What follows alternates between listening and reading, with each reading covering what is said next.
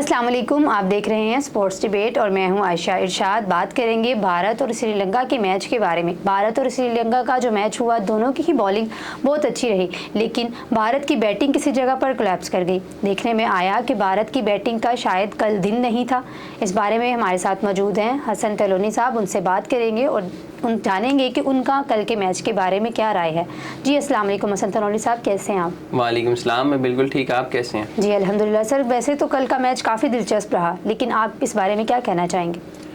कल का जो मैच था, आप देखें कल भारत और श्रीलंका दोनों की टीमें जो थी, उन दोनों टीमों के लिए भी एक हिसाब से जो है डू और डाई का मैच था, क्योंकि अब जो टीम वो मैच जीती तो उसके लिए फाइनल का टिकट कंफर्म हो जाता। इंडिया ने मैच जीत लिया और वो फाइनल में अपनी जगह बनाने में कामयाब हो गई। लेकिन हमने ये देखा कि कल जिस हिसाब से श्रीलंका ने बॉलिंग की है और फिर जवाब में जो इंडिया ने बॉलिंग की है, तो पाकिस्तानी टीम के लिए भी ख़तरे की घंटी बज गई है। क्योंकि आप ये देखें 10 की 10 विकेटें, इंडियन जो बैटिंग लाइनअप है आप उसको इतना कम ना समझें।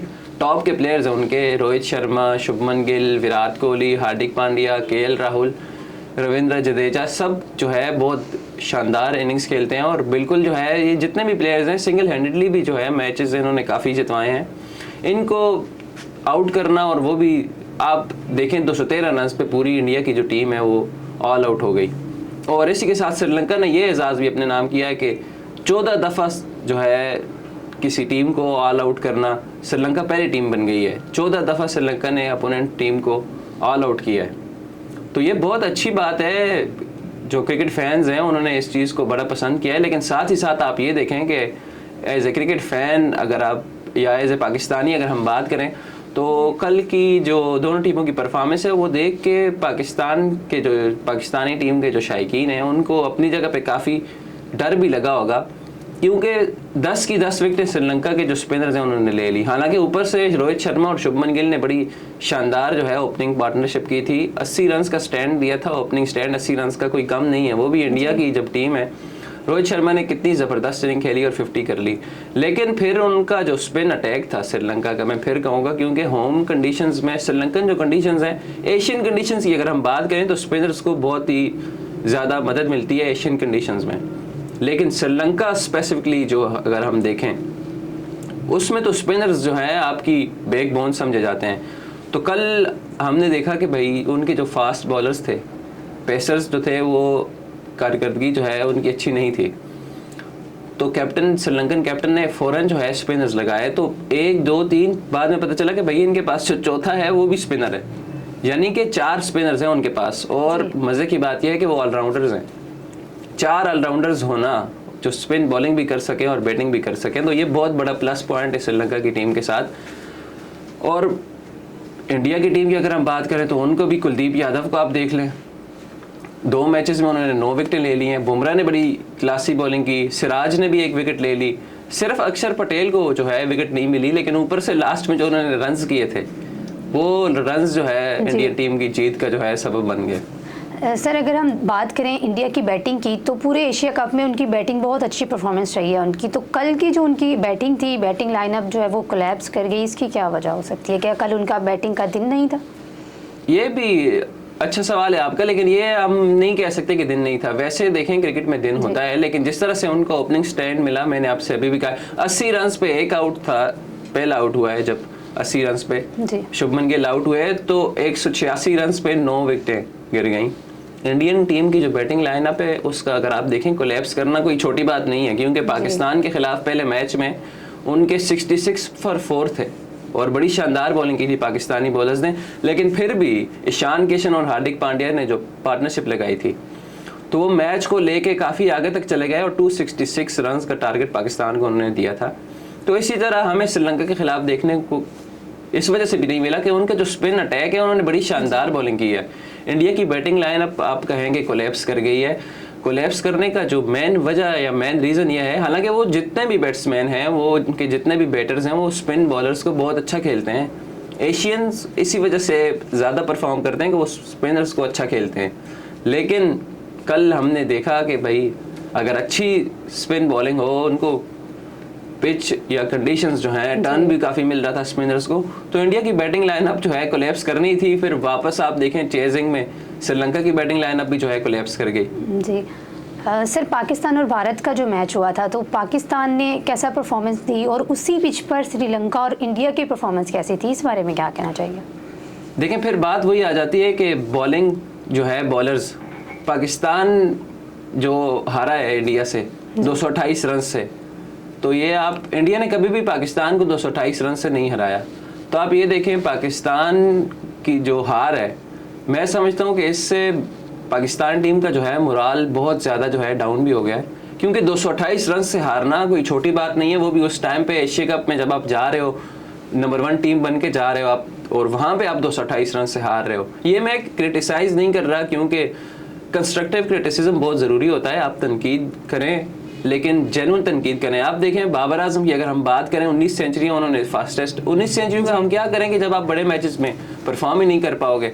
इमामुल हक कहते हैं कि भाई मेरे वालिदैन जो है ग्राउंड में आके मैच नहीं देख सकते। तो क्या वजह है भाई? आप जब परफॉर्मेंस नहीं दोगे, इंडिया के खिलाफ 7 मैचेस में 28 रन हैं इमामुल हक के, तो फिर क्या कहेंगे? जब आप क्लच गेम्स जो होती हैं, बड़ी गेम्स जो होती हैं, उनमें परफॉर्म नहीं करते, तो फिर आप पे सवाल उठाए जाते हैं।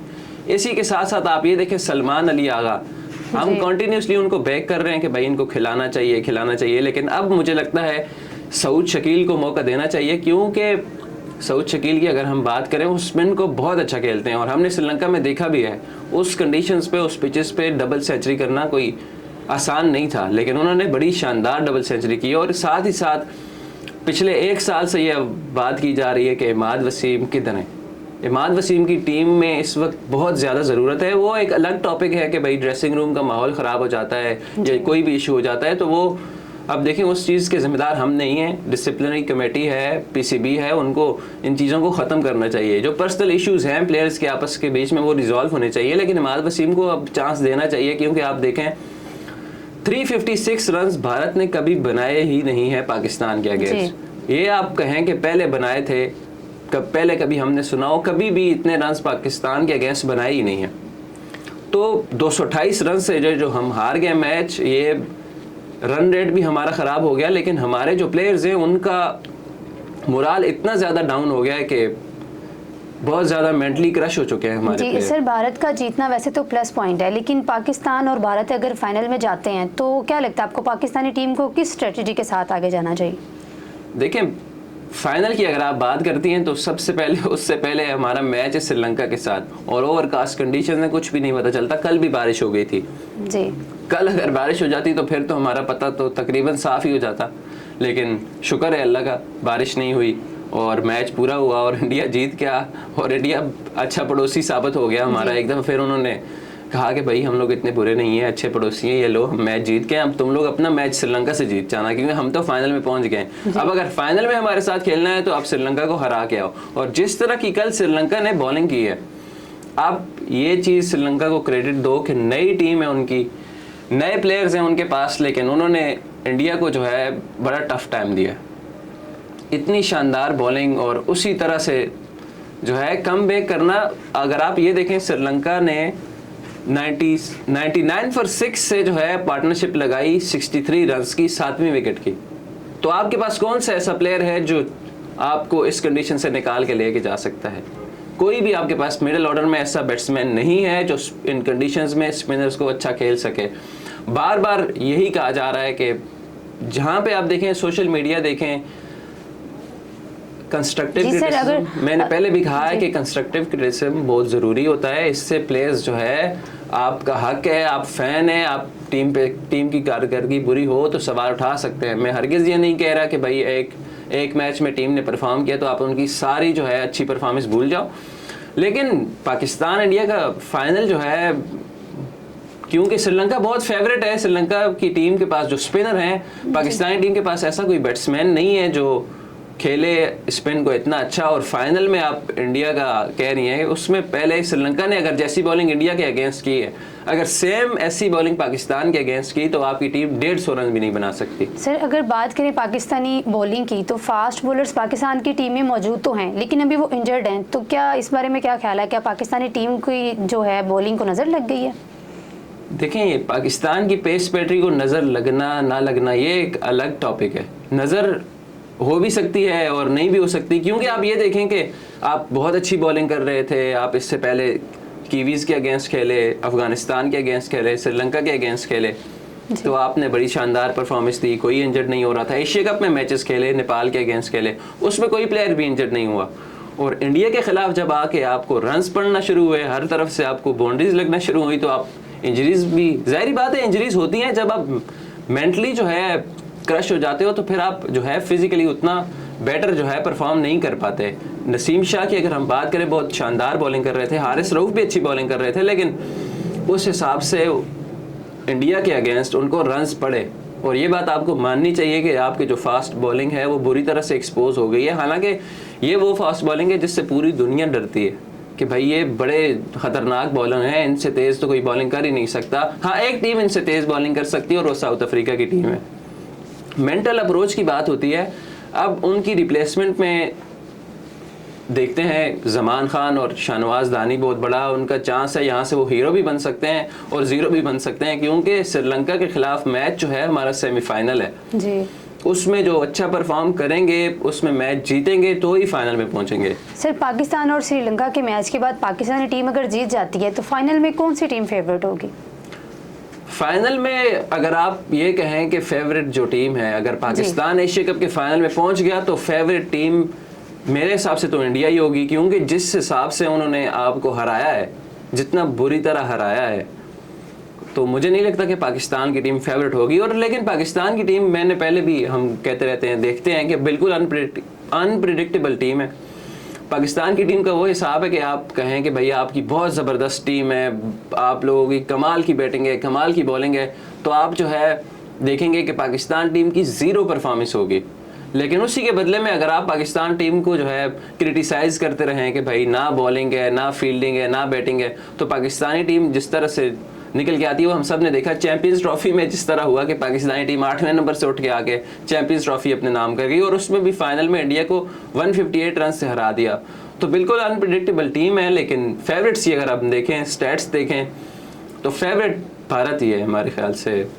भारत की टीम को आप कह सकती हैं कि ये जो है टीम फाइनल में अगर पाकिस्तान पहुंच जाता है, पहले तो बहुत बड़ा सवाल है कि पाकिस्तान भारत के खिलाफ फाइनल में पहुंचेगा या नहीं, तो होप फॉर द बेस्ट। हम पाकिस्तानी हैं, हमारी तो दुआ है कि पाकिस्तान जीत जाए और अच्छा परफॉर्म करें, बॉयज़ जो हैं अच्छा खेलें। लेकिन फाइनल की जो फेवरेट है, मैं फिर बोल रहा हूँ, फाइनल की फेवरेट जो है इंडिया ही है। जी ठीक है, बहुत शुक्रिया सर, आपने हमें वक्त दिया। हमने बात की भारत और श्रीलंका के मैच के बारे में, और इसी तरह से आने वाले मैच चलते रहेंगे और हमारा तबसरा चलता रहेगा। तो इंशाल्लाह दोबारा आने वाले मैच के साथ हाजिर होंगे। तब तक के लिए अल्लाह हाफिज़। अल्लाह हाफिज़।